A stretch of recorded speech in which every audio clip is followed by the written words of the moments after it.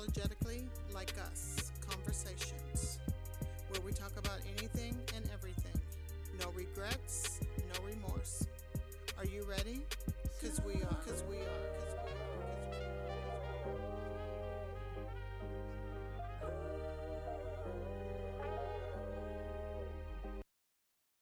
Hello, and welcome to another episode of Unapologetically Like Us Conversations.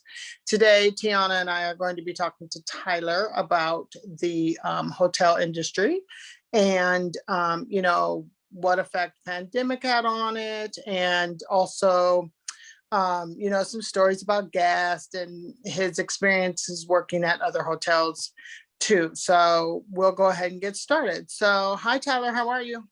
Hi, Doing well. Tyler. How are you guys? Good. Thanks for Thank having you me. so much for joining us. We really appreciate you taking the time.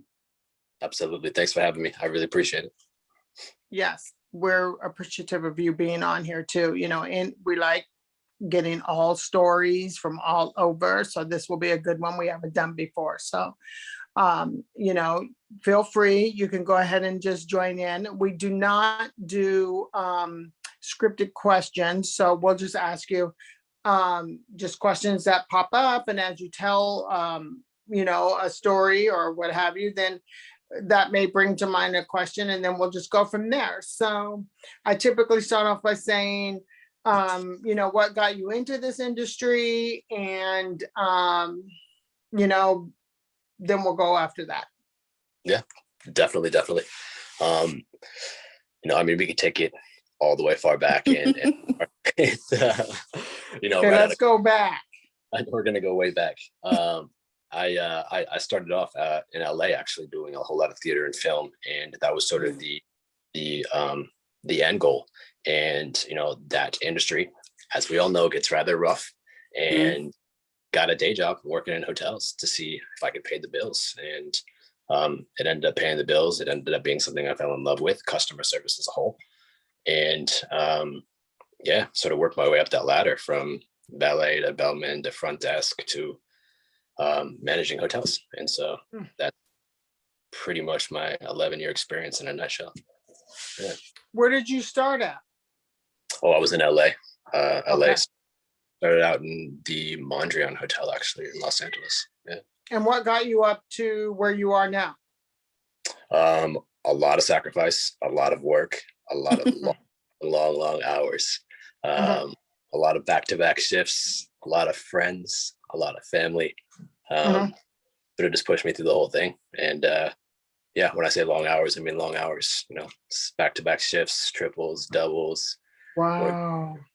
Bars, working in hotels, working in all hotels, bars combined, just the whole thing.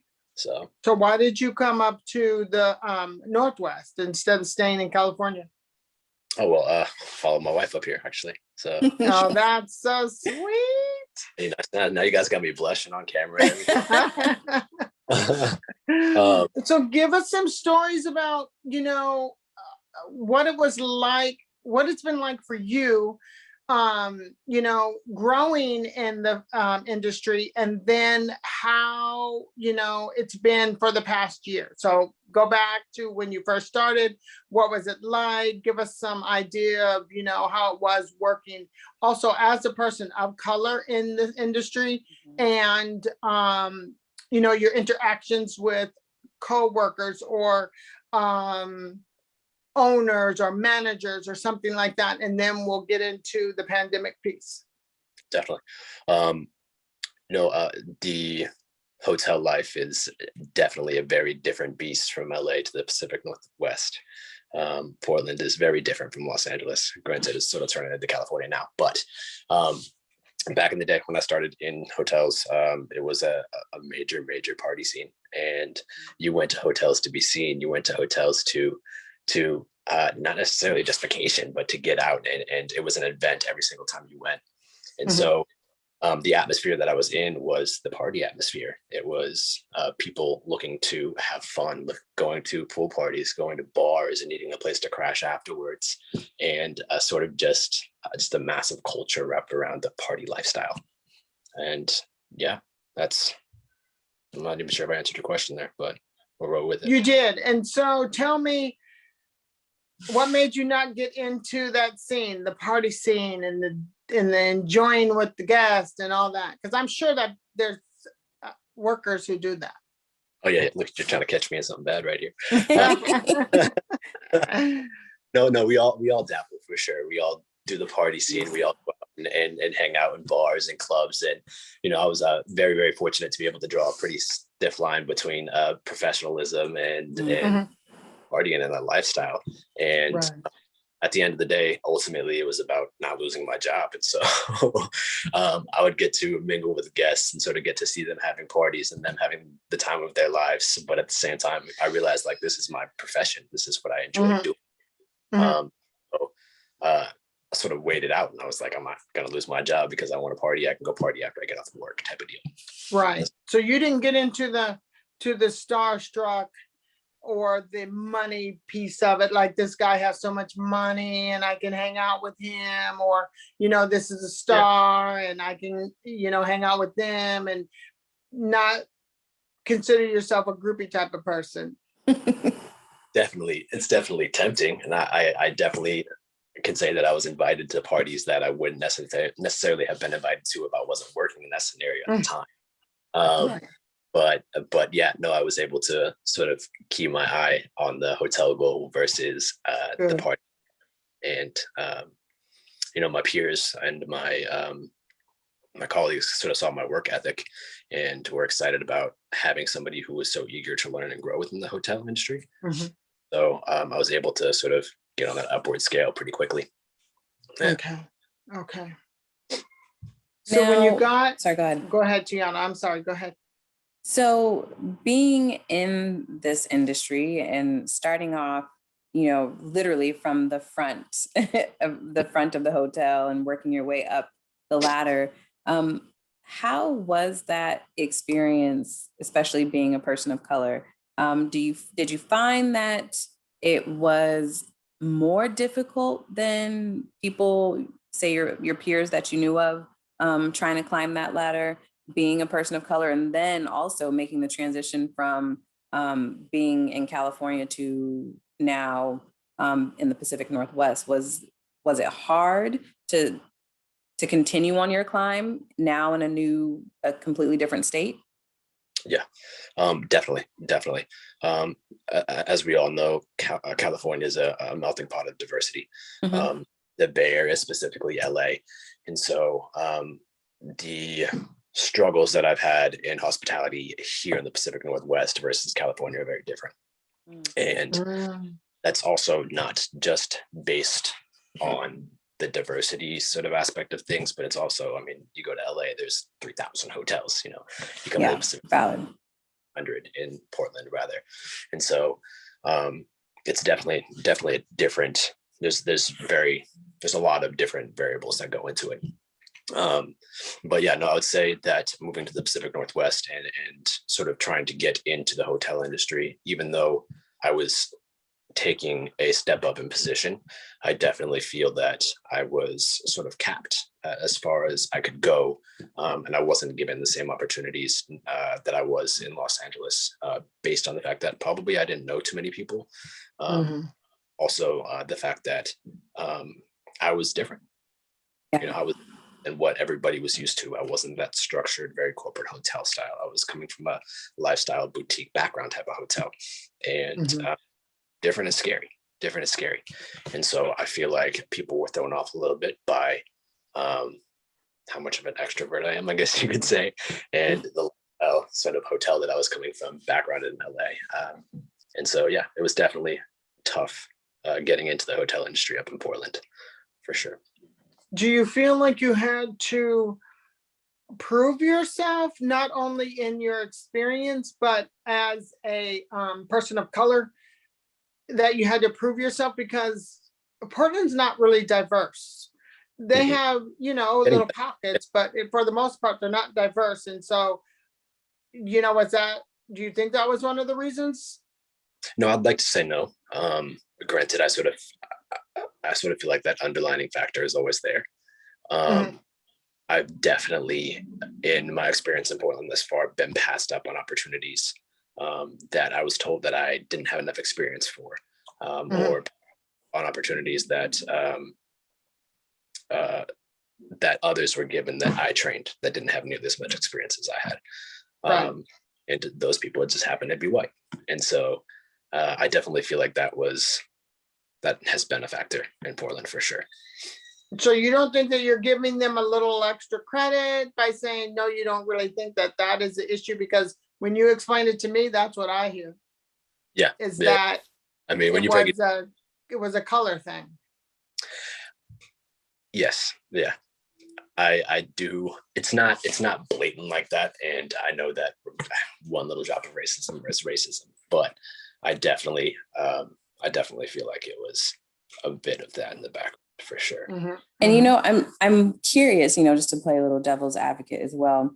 I'm curious if, there's the additional fact that you were a newbie in this circle, right? In the scene, up Northwest compared to coming from LA. I almost wonder, because correct me if I'm wrong, it seems like that the industry is very much about who you know. And in addition to your resume, of course, it's still very much of, okay, who can vouch for you, or who do you know who is up in ranking. And so it seems if you're going to switch from one community to another in another state, I'm sure it's a little bit harder to break into that crowd, because you, like you mentioned, you are the outsider, you're different. And then also to say you're coming from a place like LA, it seems, at least in my experience, people can be intimidated about that, right? They can be intimidated from the fact that you're coming from such a large market, and you were successful out there. Right. I definitely agree with you. And I definitely, at night when I go home, I definitely am like, you know what, they're just intimidating, and that's sort of the way you coach yourself through these things, especially when you don't want to face it head on, and you don't want to really accept the fact that the realization of somebody being blatantly racist to you, or blatantly not hiring you because of the color of your skin, is tough. And you think that, we're here in 2021, that's not going to be an issue. In 2020, we all saw it, and it's, something that people of color battle with every single day. And I feel like it's been a bit of it's helped pause my career a bit more, and it helped, in a negative way, of course. But I'm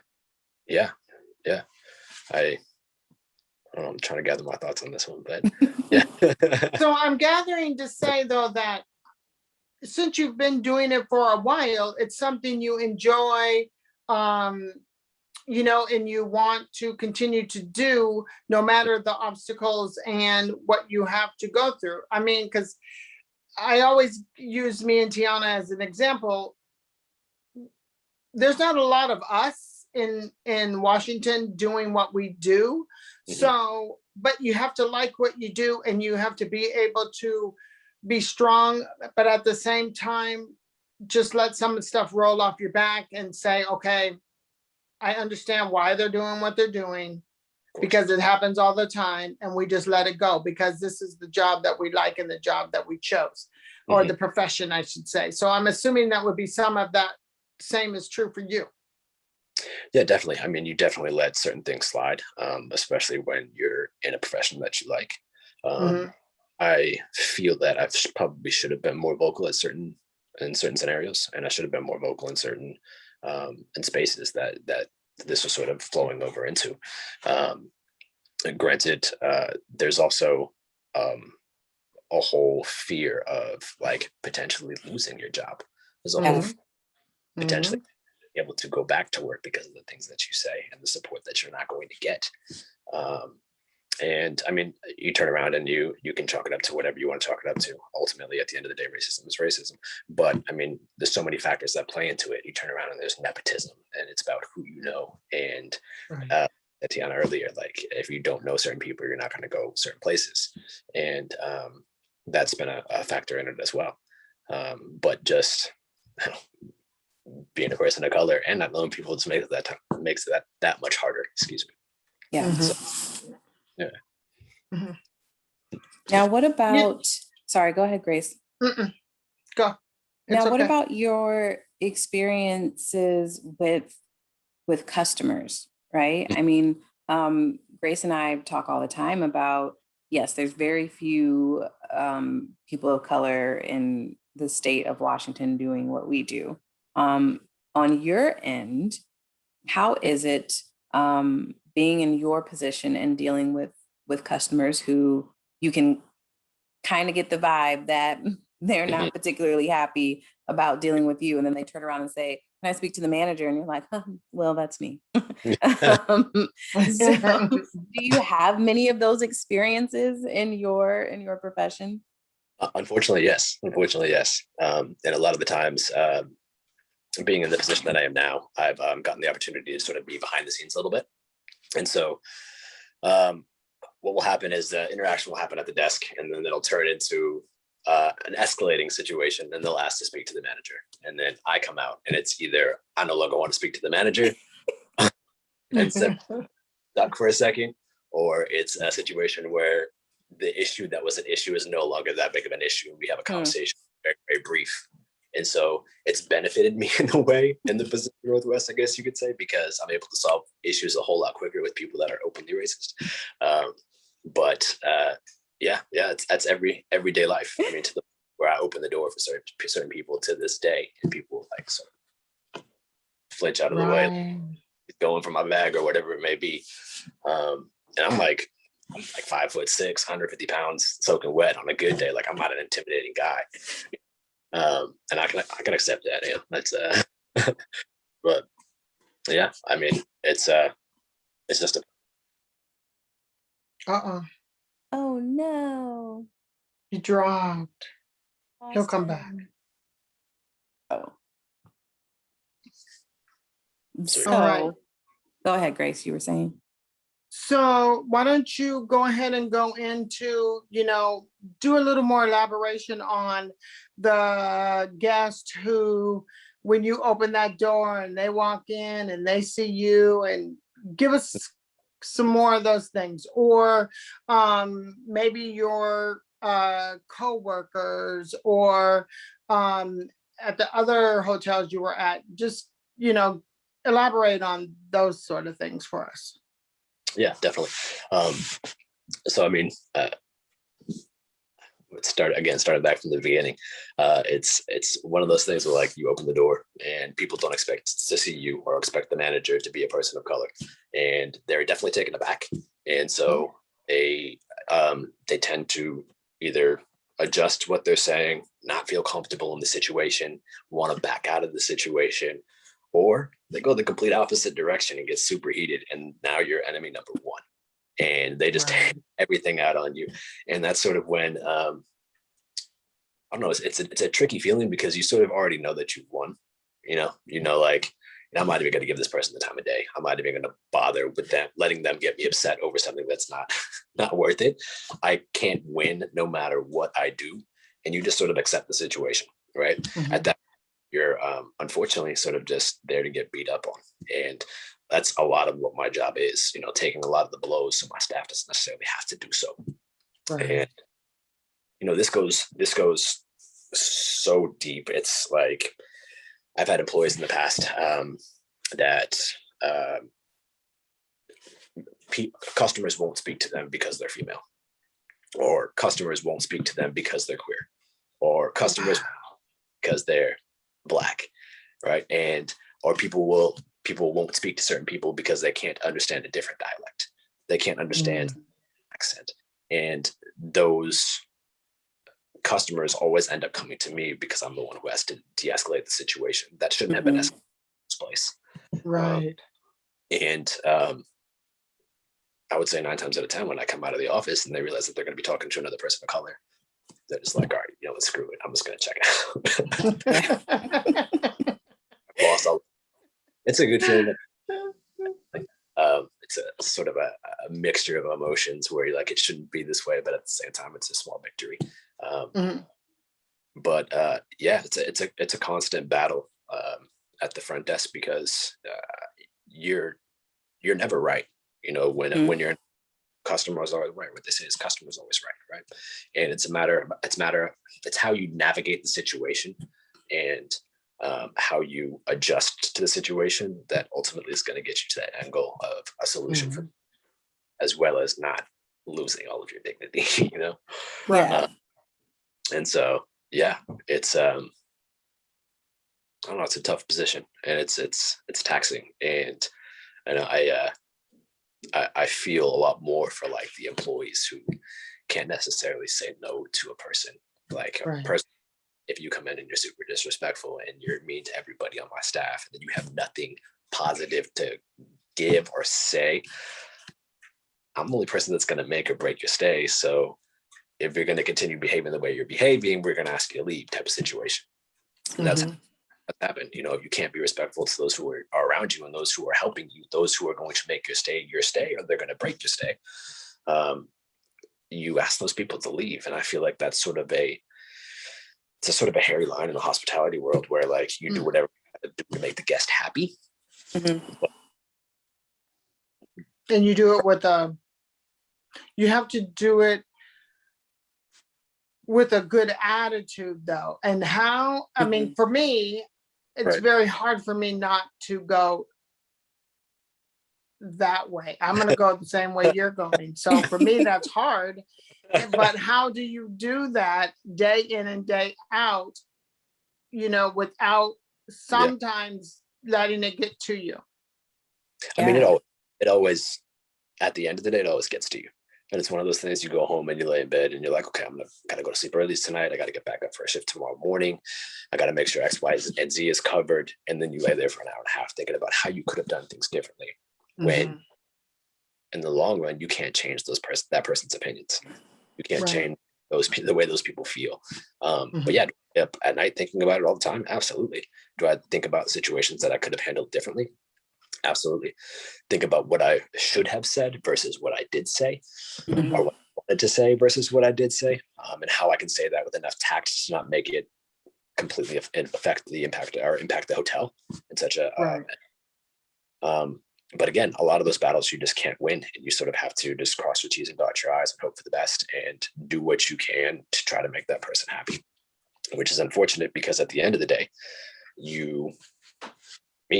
I'm considered the help. I work in hotels. I'm considered the help.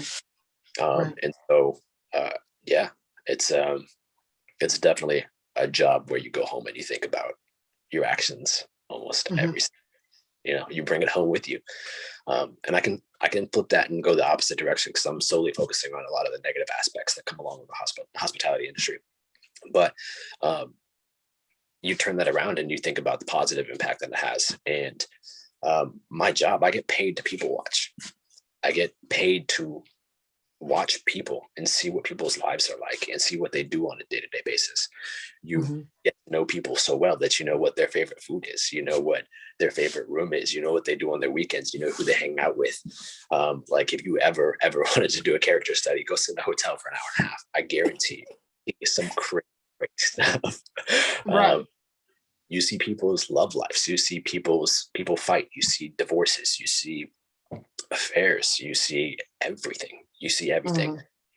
Especially online when you're a frontline employee, when you're a valet agent, a bellman, a doorman, a front desk person, a receptionist, a reservationist, whatever it may be. When you're on the front line, you see everything about everyone, and the true colors really come out at the front desk and in those front-facing positions. And as many bad things that come along with it, there's amazing positive things that come along with it as well. So, you kind of touched on seeing a lot, right? Because of the fact that you're a frontline employee, and so you get really familiar with the people who are coming and going. And so I want to kind of touch on that a little bit more. What's one of the craziest, most memorable things that you have encountered or know of someone else working in the industry that has encountered? Yeah. Which direction are we going to go as far as crazy goes? I want to hear. You choose. The story that just never has left your head. Yeah, a really good crazy story. Oh man, I can actually tell you a story about me personally, that's happened in my first hotel that I worked at. I was 19 years old, fresh to LA, thrown to the wolves, I guess you could say.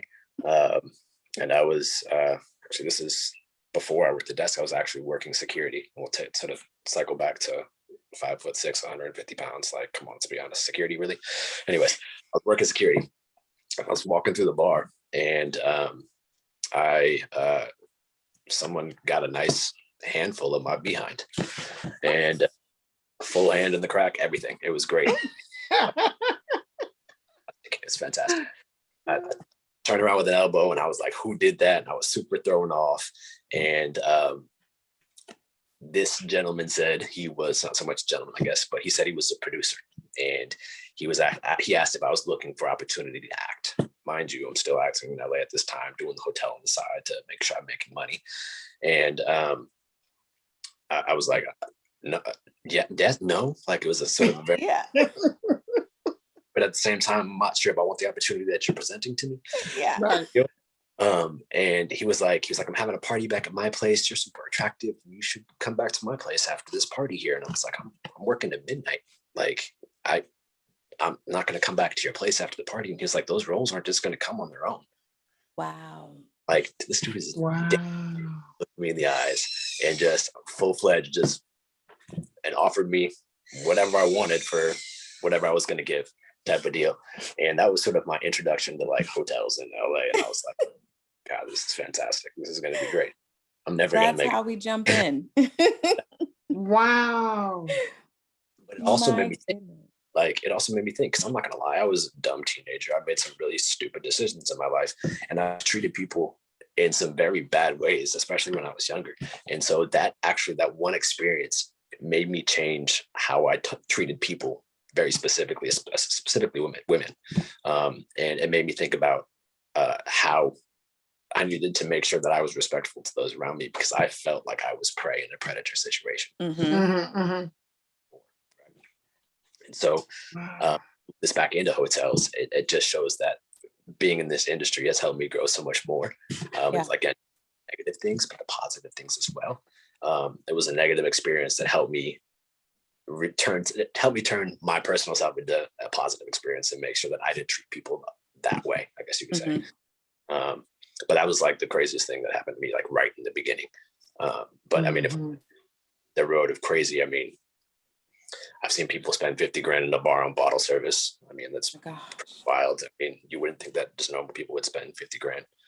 I mean, I guess in LA, it's not really a thing, but excuse me, Portland, it's not really a thing. In LA, it's a thing. It's pretty normal. Right. Yeah. I'm trying to think of like a story specifically without getting too in detail and giving up too much. You don't have to give names. Just go ahead and tell us. Just tell us. Say this one time, I remember, and then go. Yeah. Trying to give me a couple again. This is fantastic. Yeah, but I mean, you sort of tacking back to how you see everything, like situations where you get called to a guest room and you're like, hey, can you drop off a toothbrush? And you're like, yeah, absolutely. And you knock on the door to drop off the toothbrush, nobody answers. Knock on the door again, announce yourself, nobody answers. Knock on the door, nobody answers. So after 3 times you've announced yourself, you go in, right? You open the door, walk in, right in front of you on the table, drugs everywhere, right? Thousands of dollars in cash on the table, right? You turn right, and the person that called you for the toothbrush is having sex right there. And you're like,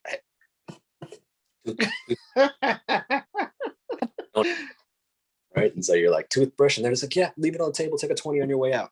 And what? You see the craziest things and you experience the craziest things, and then your morals kick in as well, because like there's so many things in hotels that you can get away with that you don't, because you have morals, right? And yeah, I don't know, it's a crazy beast. It's a crazy beast. Now, I'm always curious, you know how, of course you know how, but you stay at a hotel, you give them your card, and they say, okay, we're going to hold a certain amount or hold your credit card information, not only for your room, but for incidentals.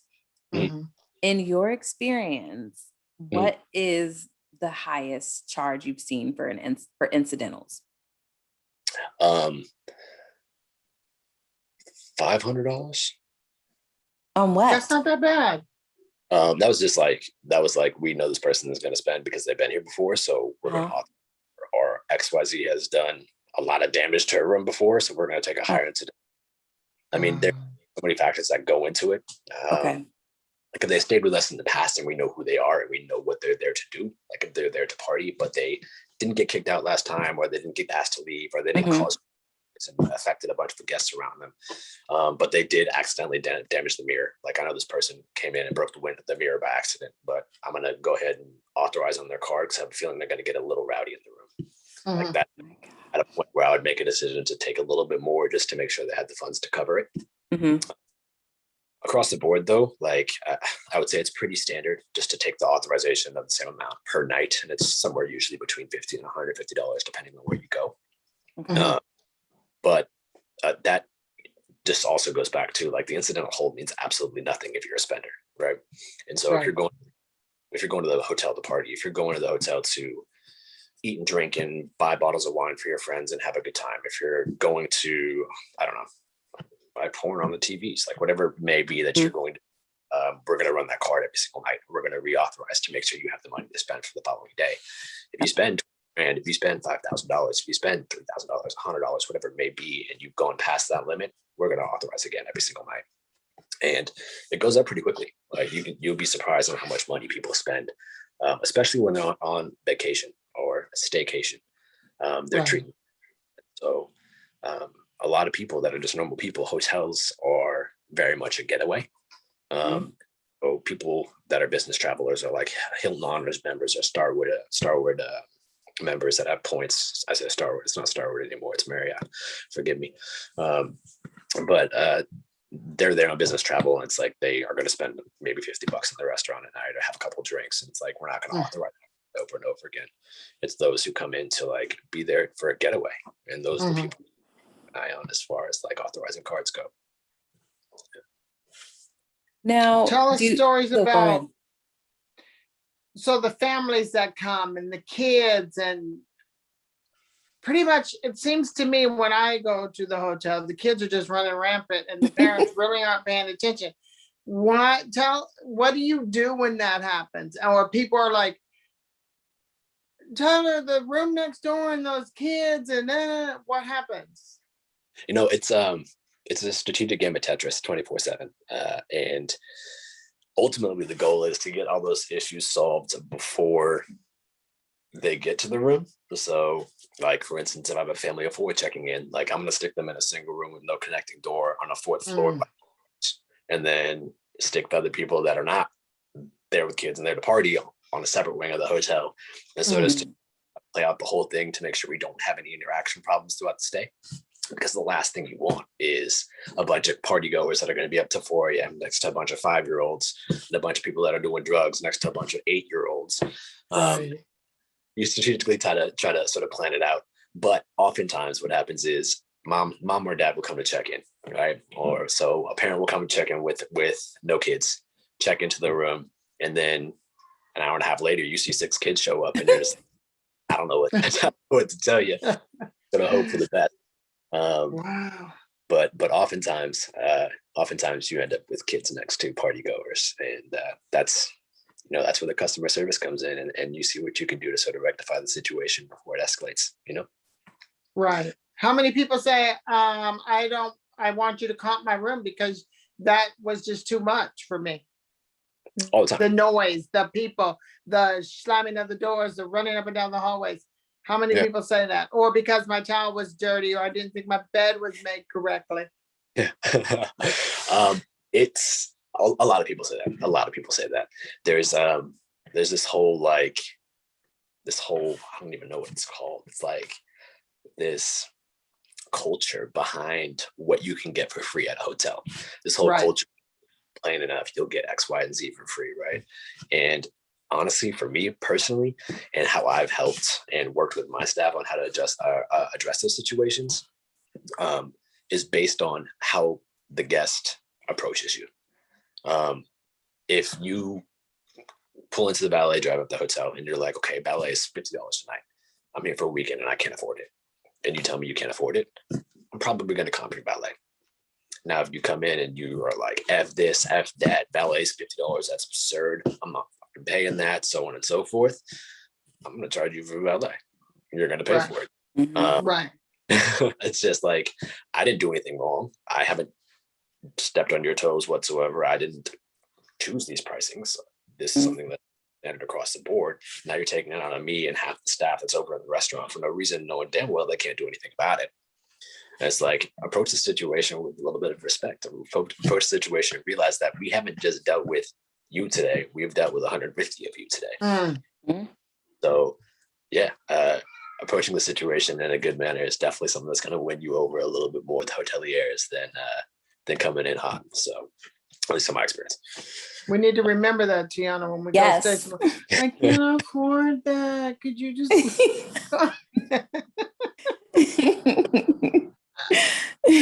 Now, being in the industry, Tyler, do you view, like when you go on vacation or you have a staycation yourself, do you view things differently? Do you have certain requests, or do you book things differently because you know certain time of the day or a certain day of the week it's different pricing? Like how do you approach your own personal stays? Definitely. So I'll circle back to, lost my train of thought. It's gone. That's just that quick. It was that's big. I do book differently, and it goes back to sorry, there it goes. It's back. It goes back to circle back to who you know and who knows you. It depends on where I go, but I definitely will use the connections in which I have to book hotel rooms, especially when I'm traveling, just because ultimately it ends up being cheaper. Okay. If you're in the industry and you know people in the industry and you book within the inside the industry, so like you book inside hotel group because you work there, or you book inside of a certain hotel group because you used to work there or know people there, you're going to get certain amenities and you're going to get certain upgrades that you necessarily wouldn't necessarily get otherwise. Okay. Now, if I don't know somebody in the industry and I'm going somewhere like Kansas City, for instance, I'll call the hotel, I'll book, and then when I get there, I tell them where I work, I tell them what I do, and then I tip blindly. I tip way over the amount of what a 20% tip would be. So if the valet guy comes up to the car and he's grabbing the door handle on the car, immediately I give him a 20. And it's, I know you've been out here for the last, I don't know, 10 hours, 8 hours running. I know that this is probably going to make your day and you're hustling for your money. And then not, I mean, it's goes two ways, because then they know who you are, right? Yeah. You've tipped them. Your car is always going to be ready whenever you want it, type of deal. I have, this is going to sound pretty crazy, but my uncle, for instance, he goes to restaurants and he likes to drink beer, right? And so he will get seated at the table. The waiter will come over to the table and say, hey guys, can I grab you guys some drinks? And the first thing he does, whatever he has or feels like spending that day, is slides them a tip. And he says, I really don't want my beer to be empty at all this whole time I'm here. And they'll say, okay.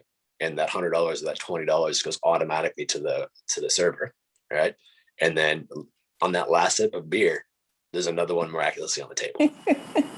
And it's like paying for a service. Right. And if you service and you pay for the service beforehand or after, however it may be, that service is probably going to be better. I'm not going to lie, you know? But yeah, I definitely adjust. I mean, back on topic, I tend not to stay in hotels unless I'm going somewhere like, I don't know, I went to Tulum, Mexico a couple years ago, and I could have very easily stayed in a resort on the beach where I walked out my back door and I was on the beach, and where I probably wouldn't have gotten food poisoning for drinking the water. But different story for a different. But I stayed in the middle of downtown Tulum in the city, where I had to take a bicycle and ride 2.5 miles to the beach because I wanted that experience of like, I spend 90% of my life in hotels. I don't want to be in any more hotels. Yeah, okay. Book Airbnb and I stay in an Airbnb in the city or something like that, just because it feels, I don't know, like I'm not at work, I guess. Right. Point taken. Yes, absolutely. So do you feel like you have support from the corporations? Because I know you've worked with several hotels. Do you feel like they support you, or do you feel like, it's like they give you grief as well because of who or what you are, or you constantly have to try and prove yourself, and to your coworkers also? I mean, I know everywhere has good coworkers and bad coworkers, but Yeah, some people just are bad just because they can be, and they do, and they make your life hell. definitely. And we'll circle back on this one as well. I definitely feel in past hotels that I've worked with, and I vaguely mentioned this earlier. There has definitely been situations where I've been passed up on jobs. And like I said earlier, employees that did not have as much experience as me, or I was told by a superior that it wouldn't be a good career move for me. I wouldn't grow any further in a position. I was take the job or not apply for the job or revoke an application, to then have an employee of mine take that role who happened to be not a person of color and end up getting paid for an equal role as mine, $10,000 more than I did. Wow. And in that specific instance, there wasn't really anybody in that company that I could really talk to. There wasn't anybody that I felt comfortable talking to because I knew it was going to be brushed under the rug. So I sort of kept it in a little bit, and I luckily my direct boss at that time was very, very aware and could definitely tell that my performance had changed and something was weighing on me. So he pulled me aside and was like, "Do you want to talk to me about the situation?" And I was like, "No, not really." And I ended up going to talk to the only other person of color that worked for the company at that time. Right. And I that person, and they brought it back to my boss. And within a matter of, I want to say, I don't know, a week, they rectified the situation, saying, "Look, we realize that this person is getting paid a significant amount more than you are for the same job that you're doing, and they have 6 months of experience, years. This looks really bad." And I was, "It does. But at the same time, I need a job." So I didn't say too much more.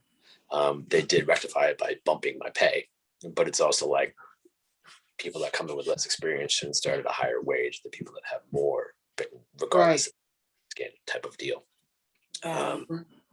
And I've definitely seen in past hotels, like, I don't know, people come into jobs and their significant other works there, or their significant other is a person of power at that hotel. And I've seen climb the ranks incredibly quick, and that goes back to the nepotism thing, right?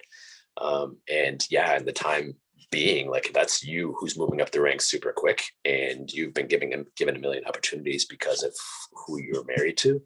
That's great, I guess, but when you're looking from the outside in, it's pretty tough, especially when you've applied for those positions and been told no, even though you're more than qualified. And so, yeah, I think nepotism in hotels plays a huge, fortunately. And I probably, to be honest, granted, I've only worked in one, but yeah, I think it plays a huge role. So tell me a little bit. I've heard a little bit about the last place that you worked at. And so what happened there with you leaving there, and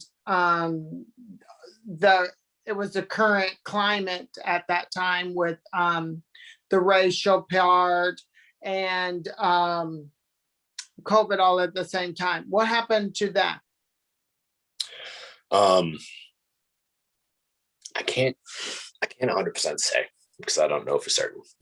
Granted, what I feel was that myself and a few others were worked out of the company, and the reason that was because there was only a few other people of color that were working at that company, and we were all in that layoff sort of situation, held to the very last moment, which happened to be right through Black Lives Matter protests.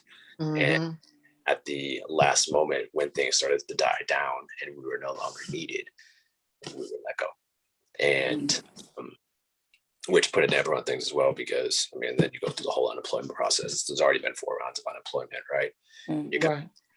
and you're the last in line, and so that was definitely difficult. But yeah, I think that's pretty Wow. much all I can say about that piece for sure. Mhm, mhm. Wow. It was That's unfortunate. unfortunate to deal with, and yeah, I've gone back over it a million times, and yeah, there's it's a tricky situation that has to be dissected very carefully, Yeah. and still sort of in the process of dissecting that to figure out which routes I want to take. Mhm. Right. And yeah, I hope that it doesn't ever happen to anybody, that they're used for specific circumstances, that are Right. the political climate, I guess you could say.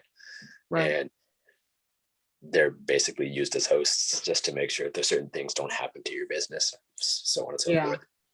Yeah. Yeah, and I mean, at the end of the day, it doesn't feel good. I mean, who would feel good about that situation? But yeah.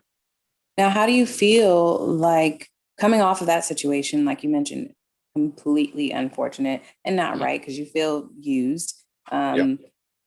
and then being thrown into now all of a sudden I don't have a job and we're in the middle of a pandemic and things are already tight.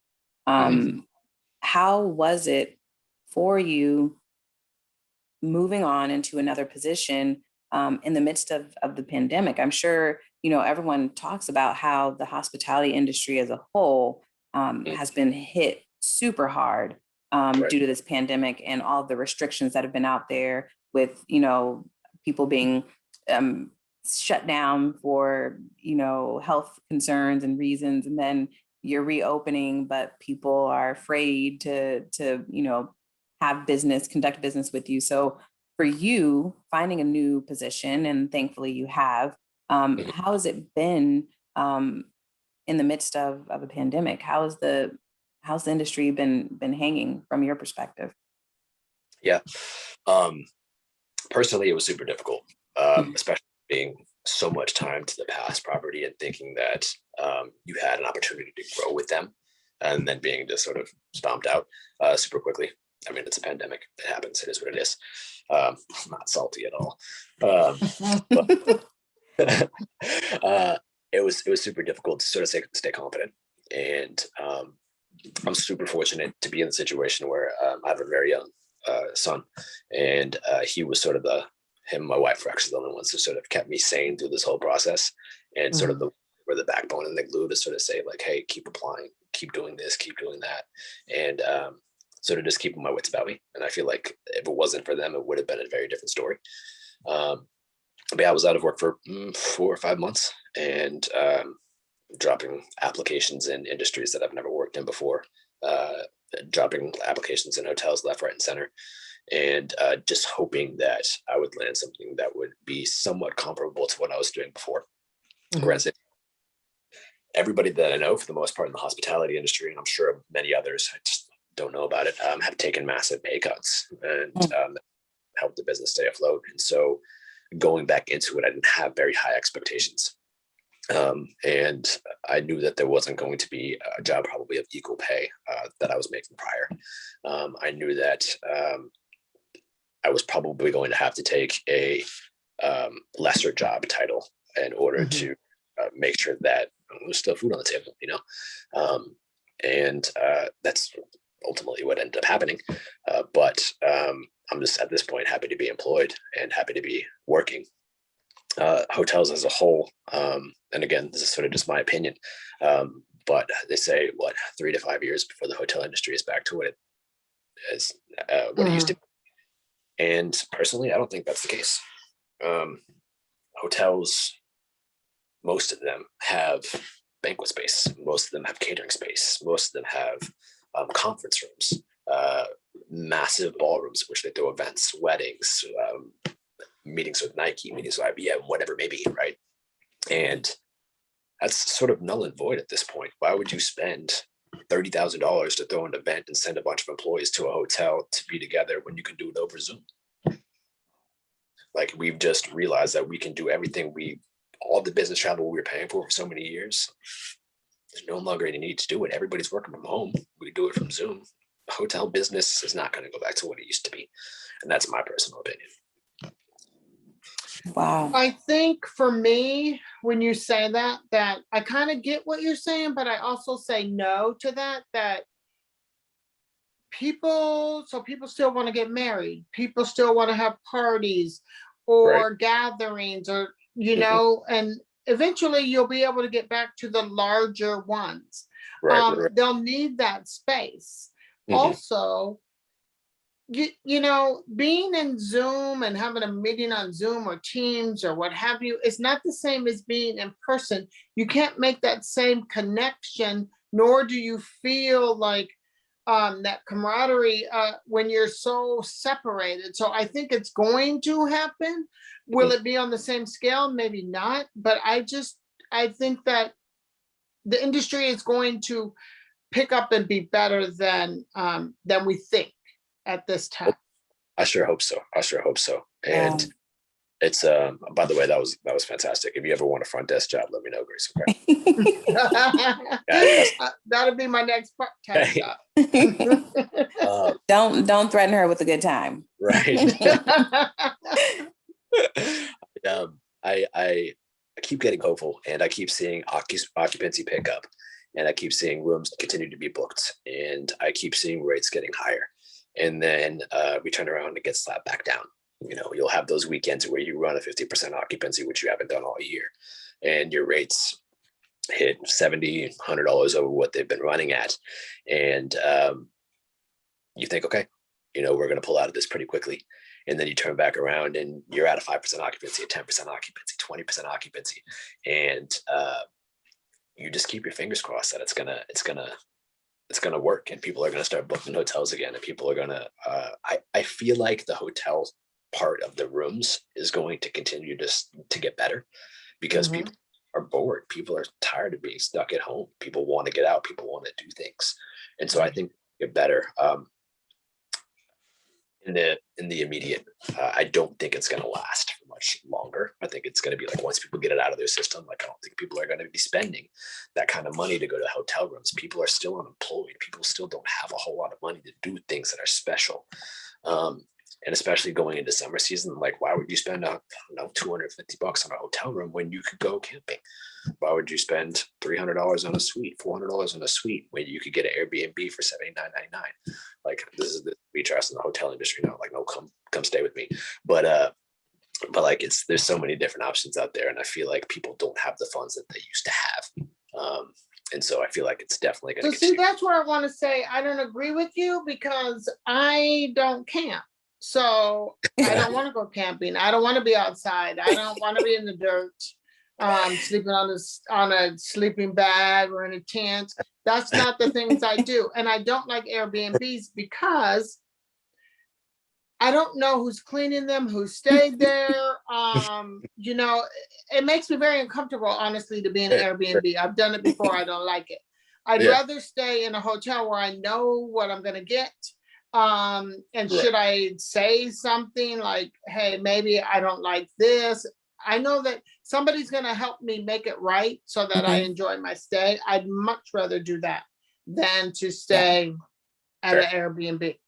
I definitely hear what Tyler's saying, though, in regards to the fact that, everyone is in general struggling right now, financially. And so when you are struggling, the first thing you're going to cut are the unnecessaries, right? Like the extras in terms of vacationing and, buying, unnecessary purchases with clothes and food. And so obviously right now in COVID, the hotel industry and the restaurant industry has been hit the hardest. People aren't going out to eat. Here personally in the Seattle area, so many restaurants have gone out of business. And it's restaurants that a lot of us thought would be around forever.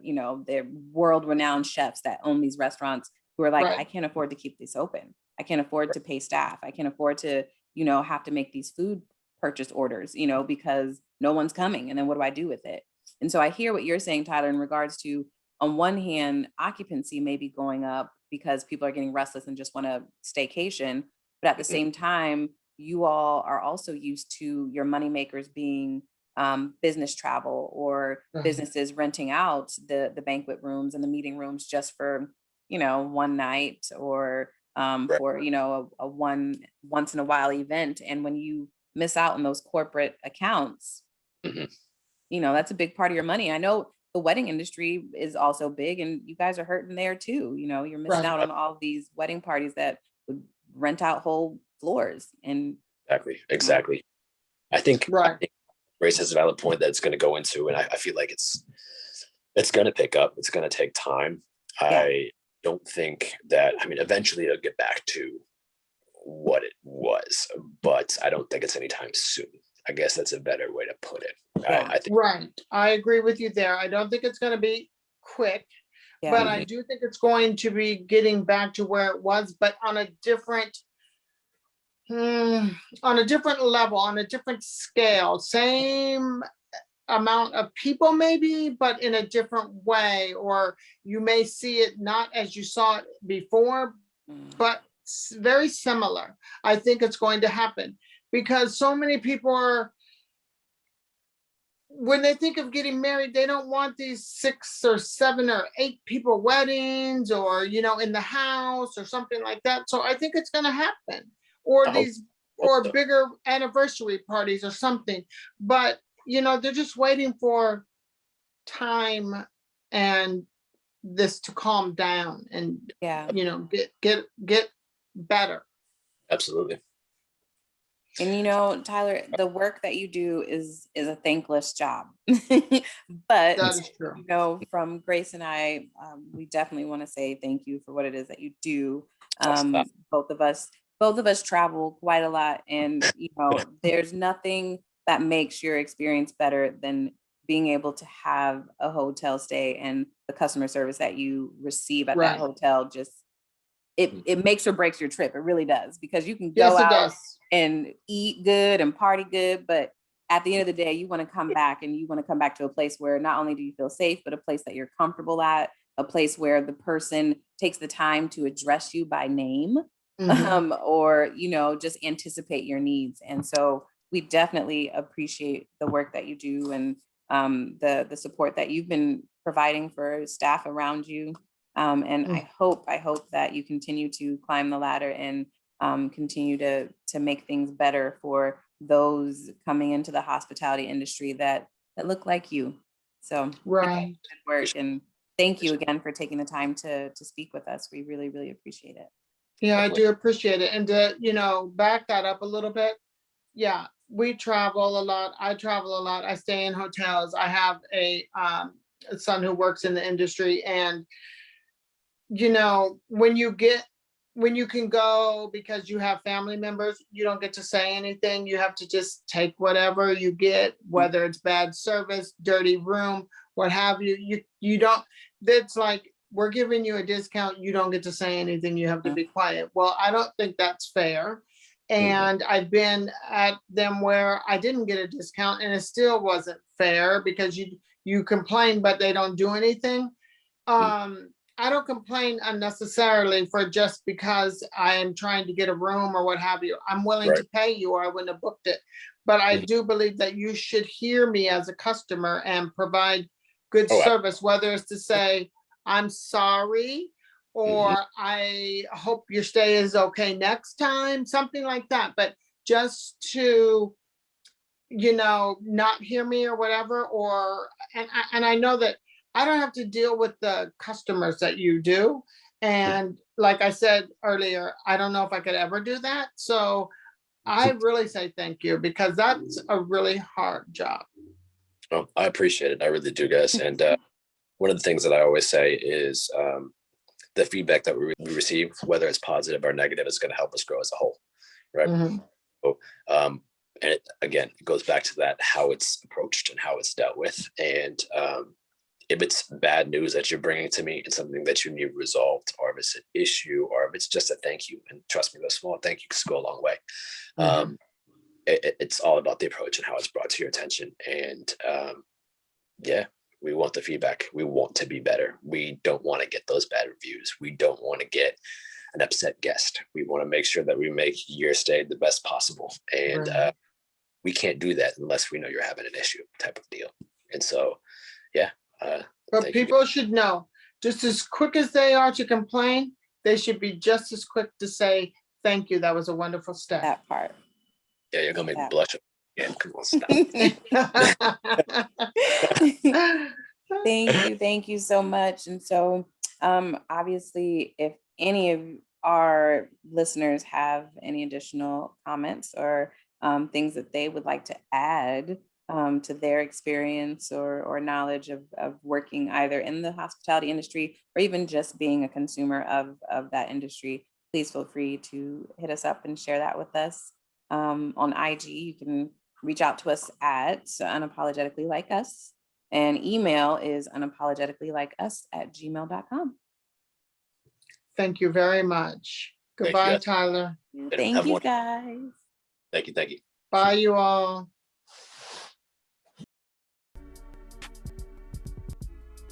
Thank you for coming. Thank you for listening. Hope you enjoyed, and see you